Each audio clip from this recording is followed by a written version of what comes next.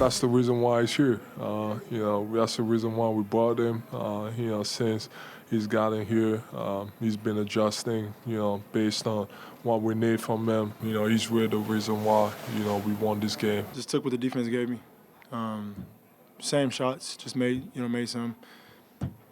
Nothing really changed, man. I made some shots. Obviously that's a game changer, but just being aggressive. All right, so 16 of those 31, as we mentioned, came in the final quarter, as most in any quarter over the last two postseasons. He entered last night with a total of 4 points in the fourth quarter through the first 3 games of this series. So he can try and downplay the difference, but I can tell you, just watching, it certainly felt like it looked different to me. Let's bring in Legler and Windhorst. How about it, Timmy Legs? What was the difference that you saw in James Harden last night?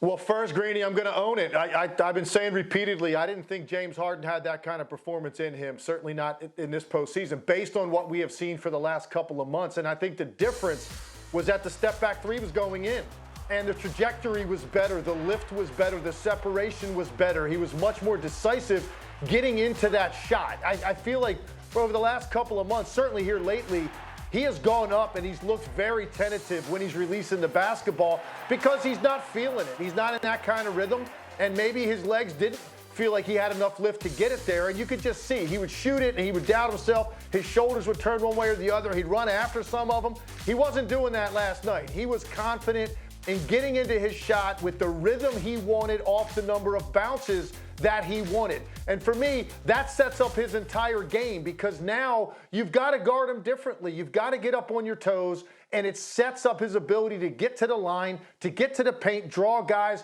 find people. But that three-point shot has to be a legitimate threat for James Harden to be that effective as a scoring weapon. And last night, certainly it was. And Harden is...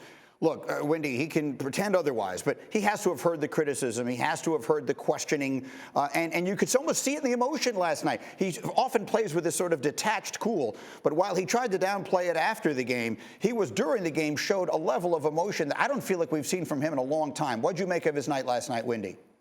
Yeah, he actually, you mentioned it in the highlight. He made a catch-and-shoot three-pointer. Maybe Hemba will produce the one that happened last week that I forget, but I cannot remember the last time James Harden made a catch-and-shoot three-pointer, because he spends all his time dribbling, and then taking a lot of bad shots. He was feeling confident in that shot. He looked light on his feet. And in general, what happened in these 2 games in Philadelphia is the Sixers made their threes. They shot the ball miserably in Miami the first 2 games. They come back up, and Joel Embiid rejoins them. And, of course, these things are related. And they have a lot more confidence shooting the three ball. They shot almost 50% on threes after shooting 22% on threes in the first 2 games. And Harden is the reason. All of those highlights in the fourth quarter are him hitting the three ball.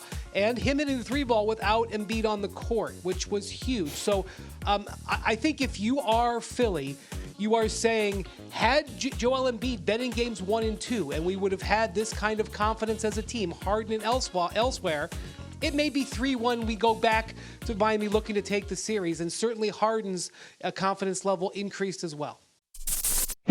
Thank you for watching ESPN on YouTube. For live streaming sports and premium content, subscribe to ESPN+.